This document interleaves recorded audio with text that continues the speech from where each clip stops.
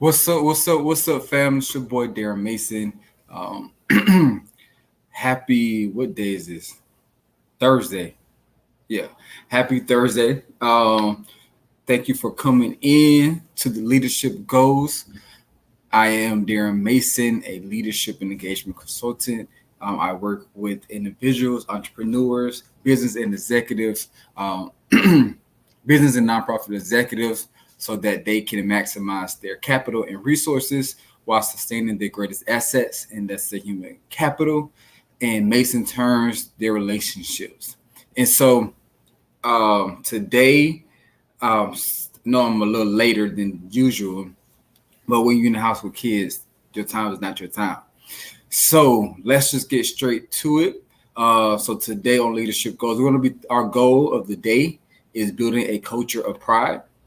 So before we get going for today's goal, let's do a quick recap. So Tuesday we discussed instinct versus a textbook and how that is very important, especially in this day and age with things moving so fast and so rapidly, to be able to trust your instinct and use your instinct when you're leading your organization, your church, your home, whatever that the case may be. All right. And then on yesterday, we talked about setting the tone, setting the tone by casting your vision and make it clear. Sometimes revisiting, because sometimes that we have a vision, we start our program, our project, and we don't ever go back to it again. And so we're constantly mentally trying to figure out what's going on and what we're trying to do.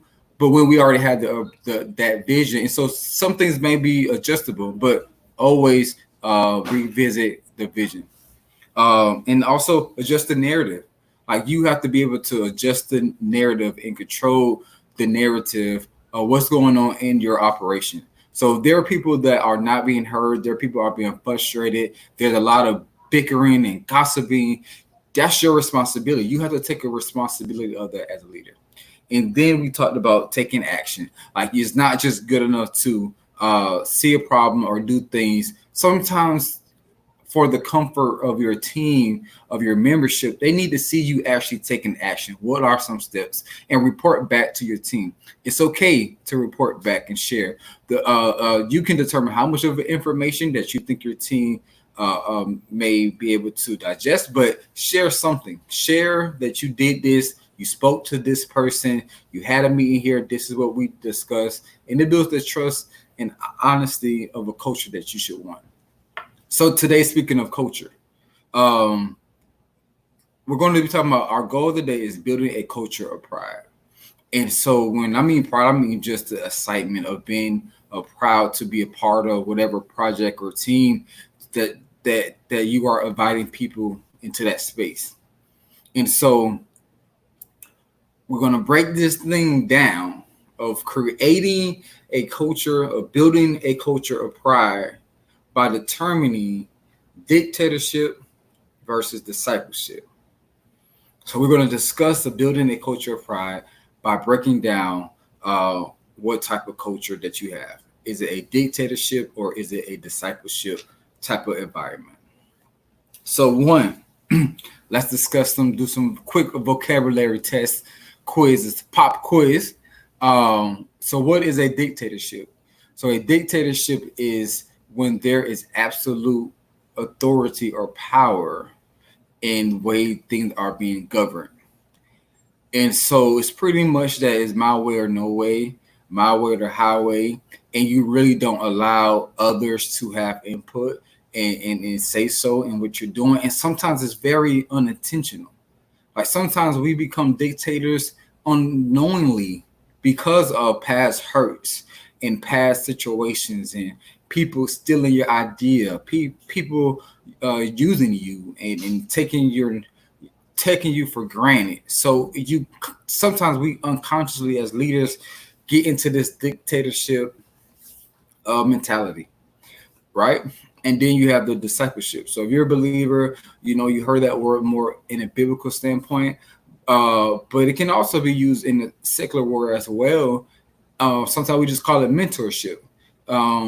But discipleship kind of goes a little bit more deeper than a typical mentorship.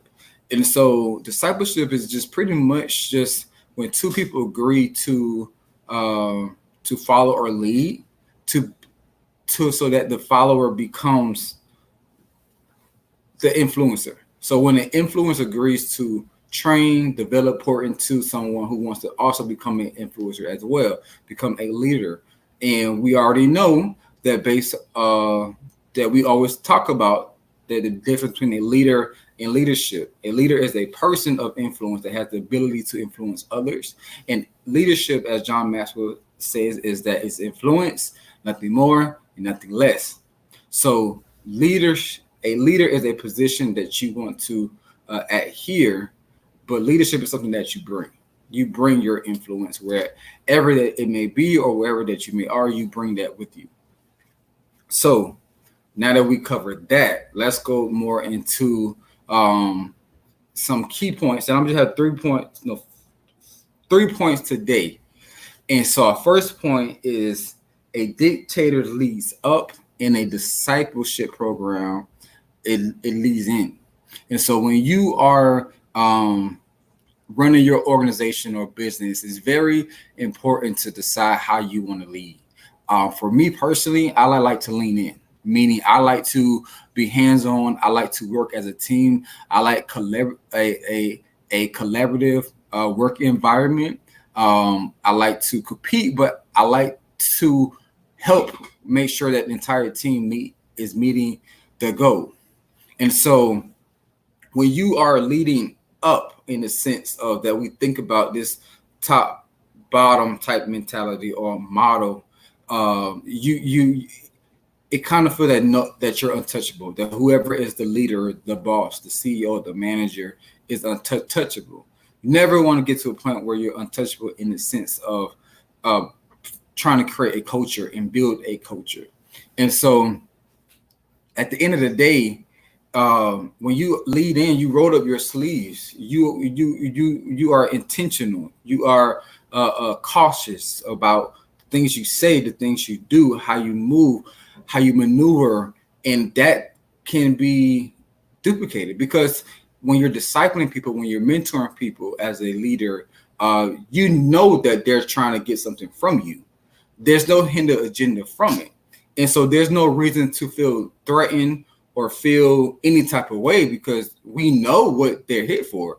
And that's just the blessing of it, is that people will come to your organization, come to your school, come to your job, come to your ministry because they know they will get something out of it, because every person that comes from this organization or comes from this team, they move to the next level. And everybody at the end of the day wants to be put in a position that the time that I invest, the dedication that I provide, that is going to take me to the next level. It's going to take me somewhere.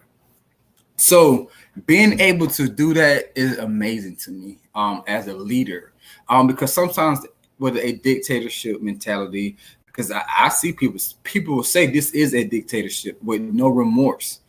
And what I say goes. If you don't like it, there's a door. Don't let it hit you where the good Lord splits you.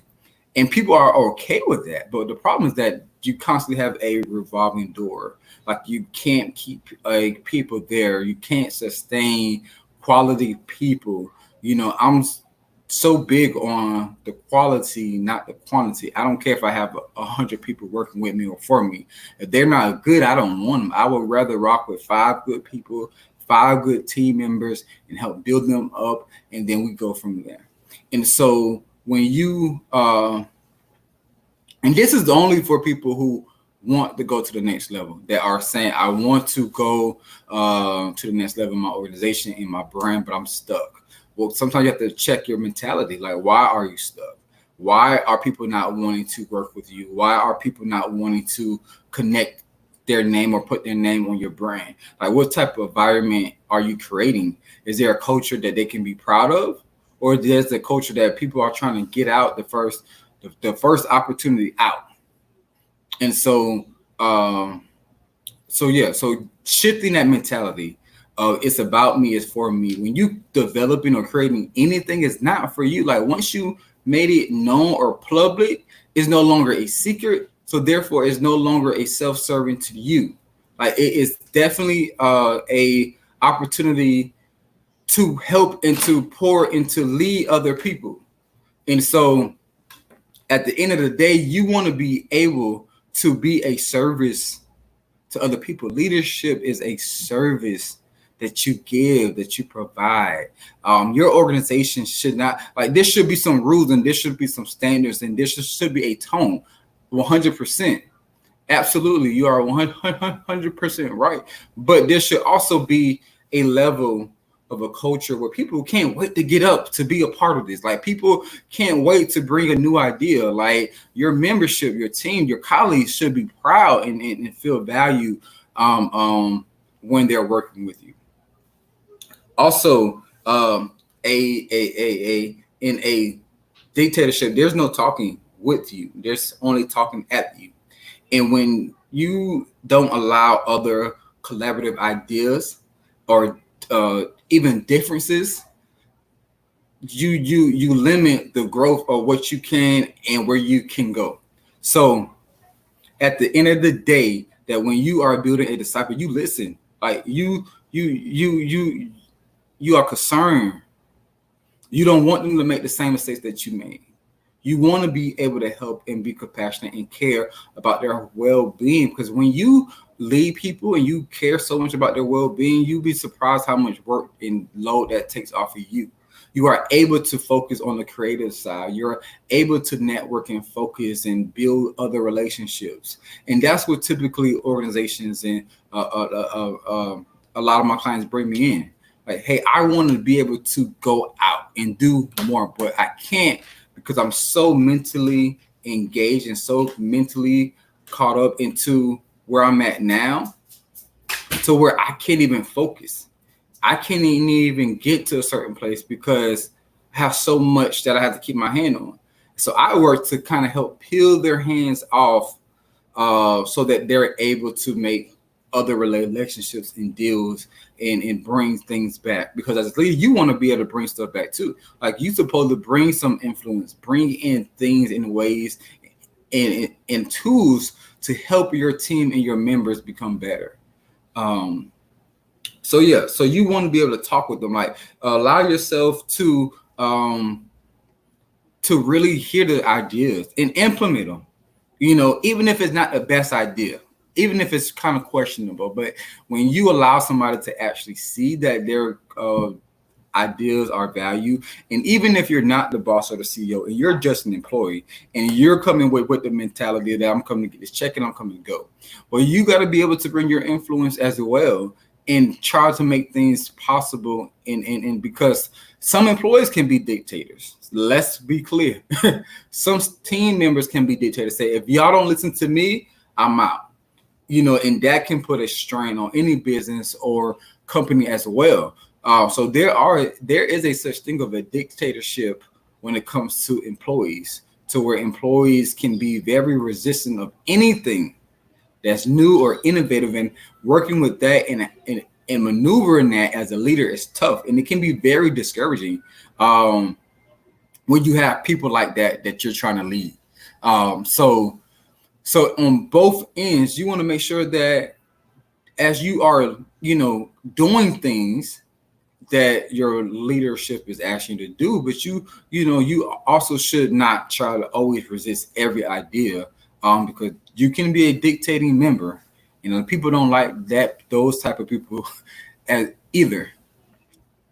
And so next, to make sure that you're separating yourself from those thin lines of being a leader, a dictator, and a disciple, in a discipleship, you want to be vulnerable, and you have to allow others to be vulnerable as well. You don't want people always uptight, that culture of being uptight.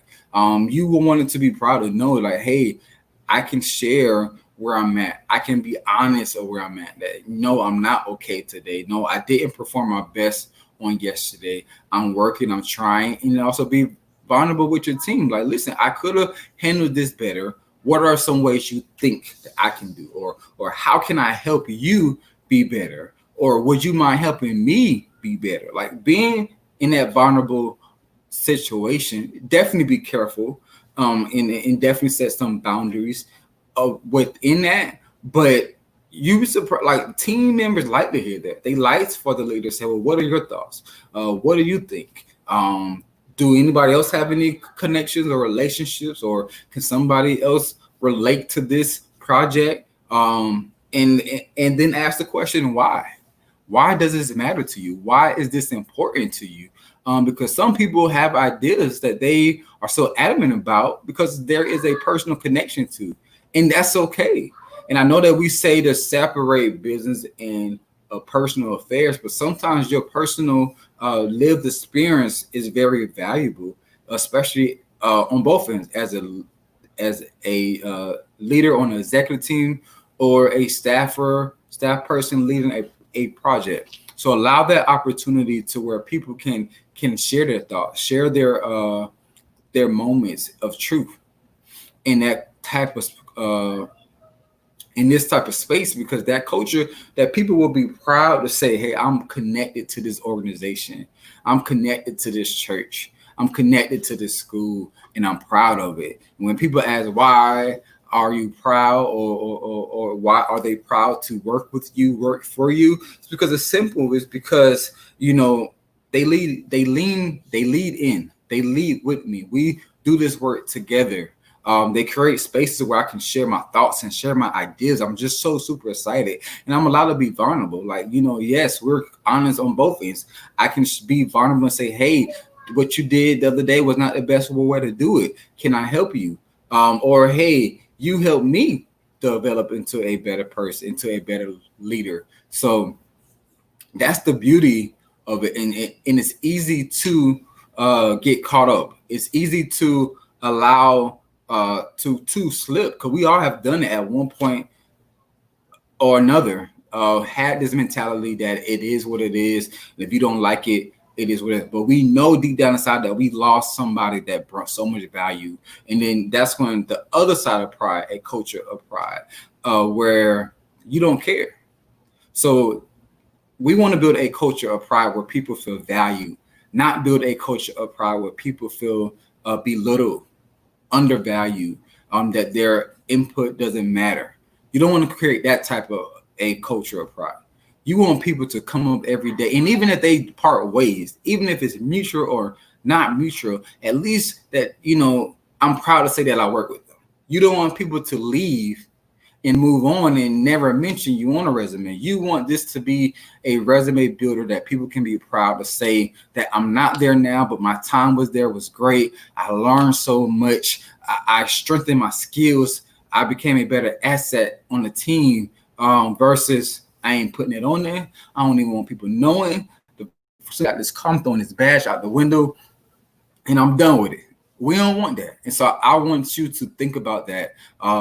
For your goal of today is to, what can I do differently to create a culture of pride? That even if nobody is indirectly supportive, so even if there's a customer, a client, how do they feel? Be concerned of how they feel. Reach out to get feedback, to do follow-ups. Because sometimes we don't follow up and we don't ask for feedback because we really don't want to know, because of our insecurities. But be vulnerable and say, "Hey, how was your experience when you came to this event? How was this experience when you received your package? What was your customer's journey like?" Really ask those questions, because it's very important.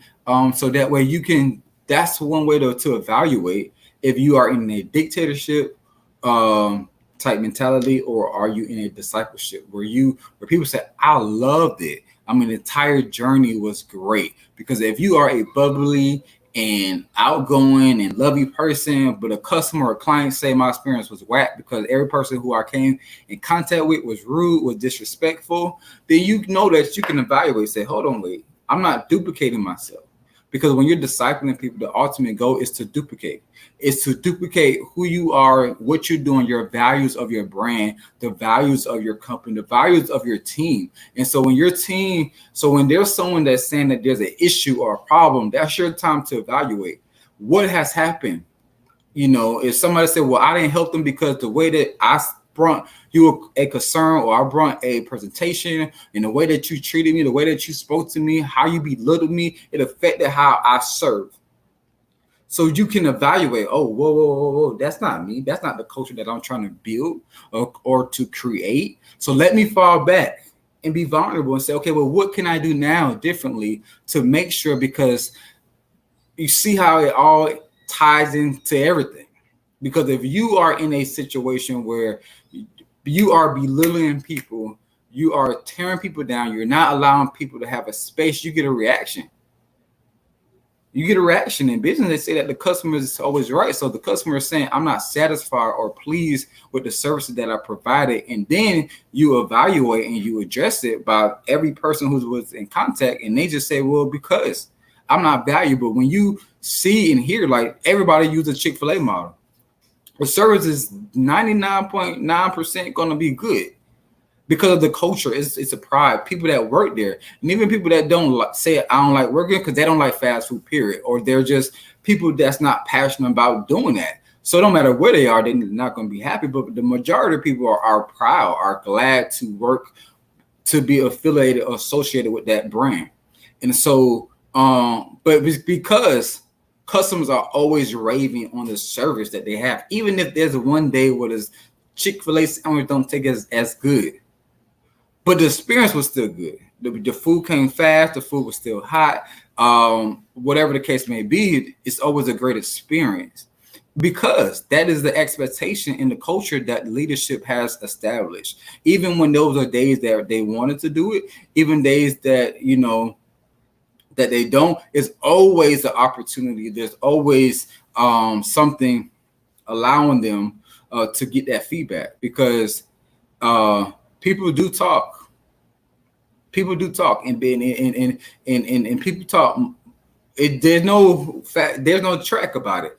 Either they talk good, it goes like wildfire. They talk bad, it goes like wildfire. But at the end of the day, people are still talking, and no matter how much we hide behind the social media, or we may send an email, people do not care what you said in that email or said on social media. People remember how they felt after they encounter your brand, your business, and we talk about it. So that's all I have for today. I don't see any questions, but I do want to get some shout outs to Jasmine. Good to see you. Sean. Hey, Roger. Good to see you. Say, love you. Hey, Miss Teresa. Good to see you. Mr. Sylvester. Good to see. Hey, Nori. How are you? Olivia, I got you. Good to see you. So I hope that you enjoyed this conversation. Hope you had a good time. That's just what we have on today. So make sure that you are building a culture of pride, that people are so excited and so glad to be a part of whatever you have going on. Whatever you have going on. I don't care if you creating a birthday party. What are your kids' friends saying about every time we go to such house? Do they have a great time? Is it a wonderful experience? Or if you wash cars outside your house, like whatever you're doing, you want to create a culture of pride that people are always excited to be a part of it. If you saying that, hey, today I announced that I'm going to be a dog catcher, that the confidence of your reputation, how you make people feel, people will support it. And so, yeah, that's all I have. I love you. Be safe out there. Stay home if you can. And if you can't, and if you're not okay with the situation that's going on as a culture, as a nation, as a society, it's okay to admit that you're not okay and get somewhere where you can just be in that, and then move forward when you're ready. Like today, I didn't do anything until I felt passionate and that I was ready to do it, and that's okay. That's just where we are in our society. And but until then, tomorrow we're going to do a quick recap. So it'll be our Fan Friday. So if you've been blessed or you enjoy anything, I'm going to invite some people to come on and talk about just what we talked about the rest of this week. All right. God bless.